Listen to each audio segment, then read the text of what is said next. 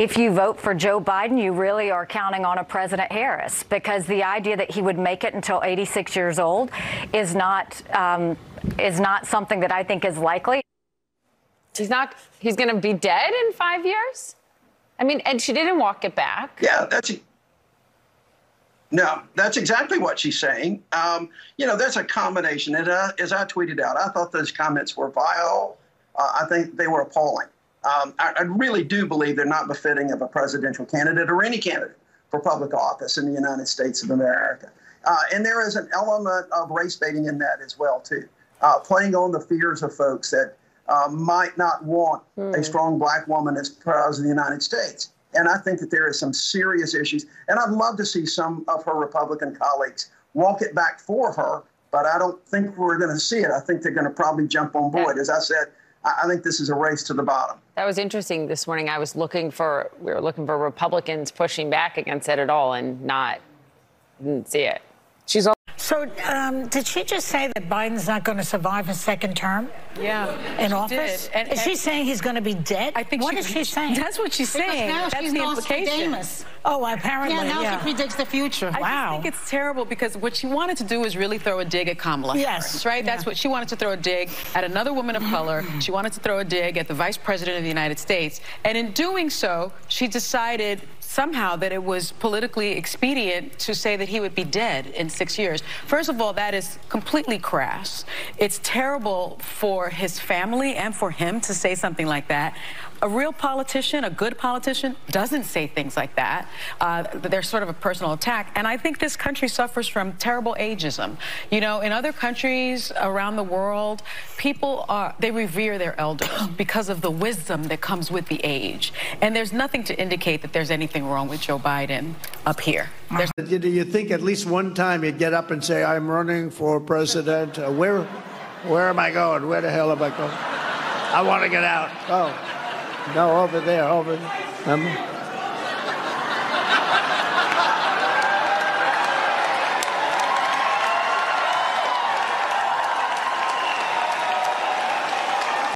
All right, guys. So as you just saw there, that is CNN basically having a meltdown over Nikki Haley, suggesting that Biden could die in office because of his old age. Okay, Biden just recently declared that he is going to run for re-election, okay? And I believe at the time of his re-election, if he gets re-elected, he's going to be like, what, 81, 82 years old, right? He's going to be 80 plus years old, okay? He's getting up there in age. And I don't think it's unreasonable to say, hey, this guy could possibly, you know, die in office, right? I mean, that's the reality of old age, okay? But, you know, to say that, apparently, according to the mainstream liberal media, is a form of bigotry and hate, okay? Because facts are bigoted. Facts are hateful, okay? That's the theme of 2023. Facts is a form of bigotry, okay? And in this case, you know, like you just saw with CNN, they basically tried to compare criticisms of Biden's age to racism, or that, you know, there's some type of racist dog whistle going on because that's telling voters, wink wink, right, a black woman is gonna take his place. MSNBC is also crying bigotry by essentially comparing criticisms of Biden's age to racism / sexism. Take a look. Well, Biden, I think, encapsulates it best with his slogan when he says, don't compare me to the almighty, compare me to the alternative. That's what this election will be about. I don't think there's a slogan by a presidential candidate that has better encapsulated the reasons why you would pull the lever for him. Joe Biden, yes. Let's talk about it honestly, okay? He is old. Age is an issue. Ageism is an issue. Americans have a rich history of holding people's physical characteristics against them. Okay, you can ask African Americans, you can ask women. That is a fact. That is a problem. That is something that we are definitely going to have to fight on. That is something Democrats are definitely going to have to address head on.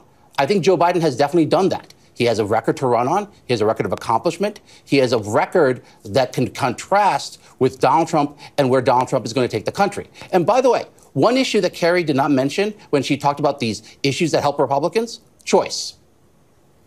Yeah. No, and I think it's funny you mentioned the age thing that way, that you can put it in the context of other discrimination, like ageism.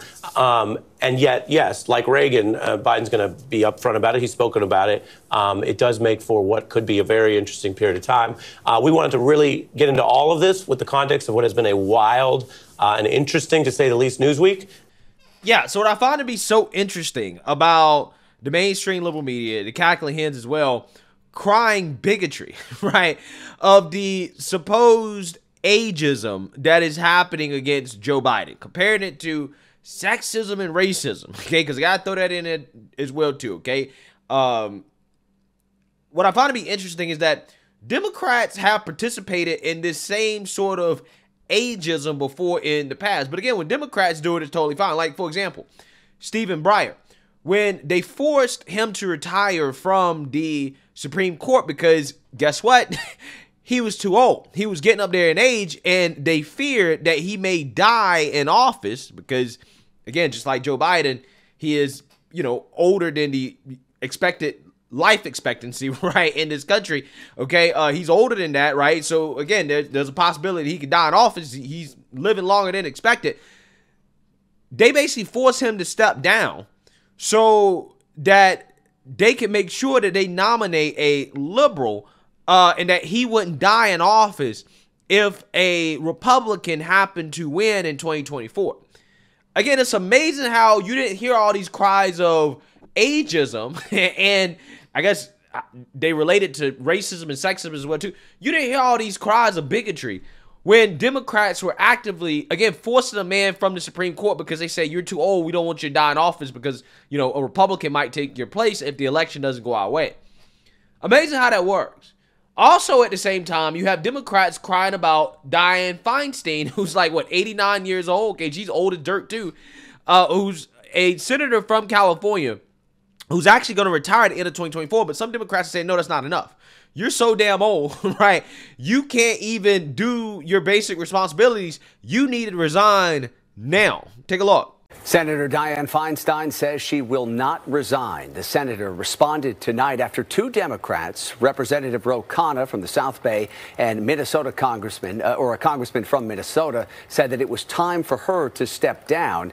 That suggestion drew a heated response from Feinstein's ally, former House Speaker Nancy Pelosi.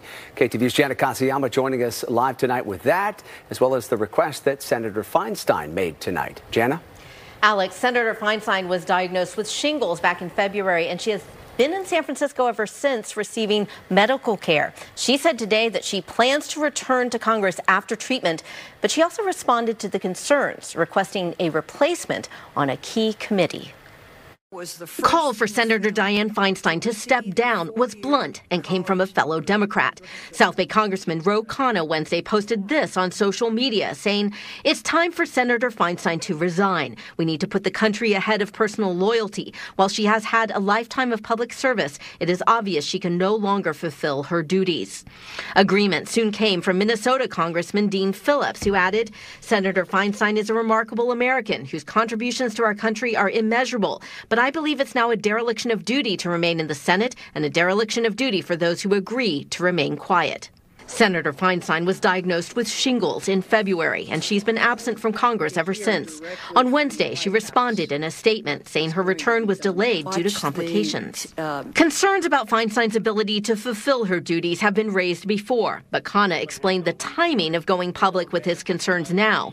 In a statement to KTVU, he said, "The ruling by an extremist judge in Texas has made it clear that Democrats must act with speed and urgency to confirm judicial nominees who will protect the right to an abortion.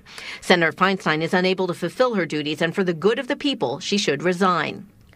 On Wednesday, Feinstein acknowledged potential delays, saying, "I understand that my absence could delay the important work of the Judiciary Committee, so I've asked Leader Schumer to ask the Senate to allow another Democratic senator to temporarily serve until I'm able to resume my committee work."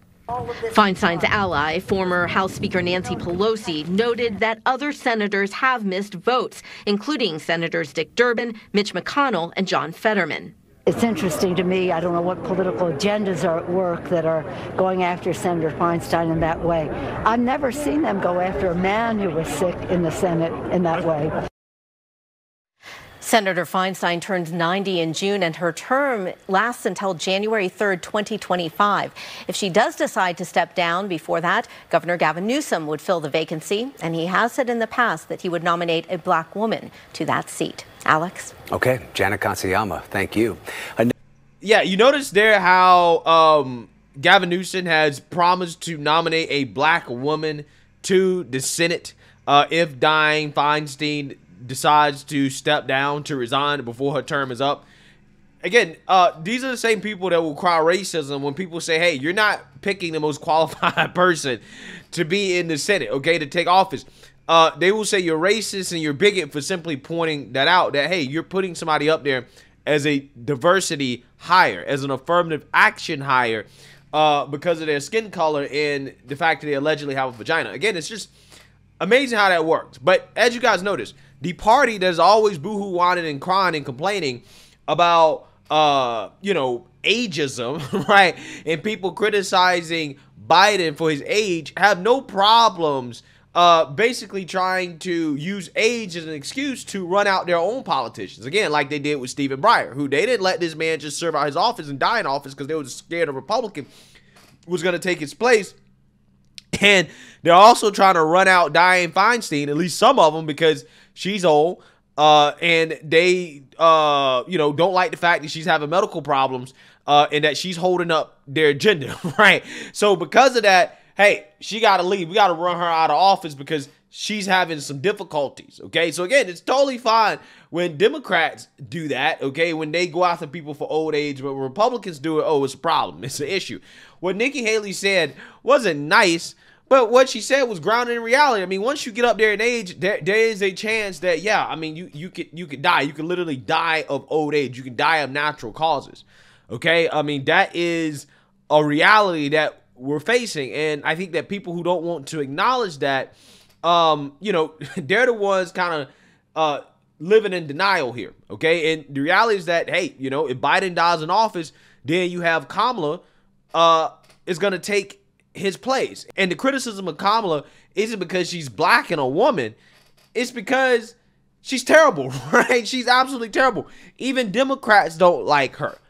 So again, it's just so funny how that works, how these people want to cry bigotry over any criticism of their candidates and their people, okay, regardless of what it is, okay, even if it's 100% totally legitimate and grounded in reality. It's just funny how that works. Let me know what you guys think. Make sure you like, comment, and subscribe. Most importantly, share a black conservative perspective. Peace.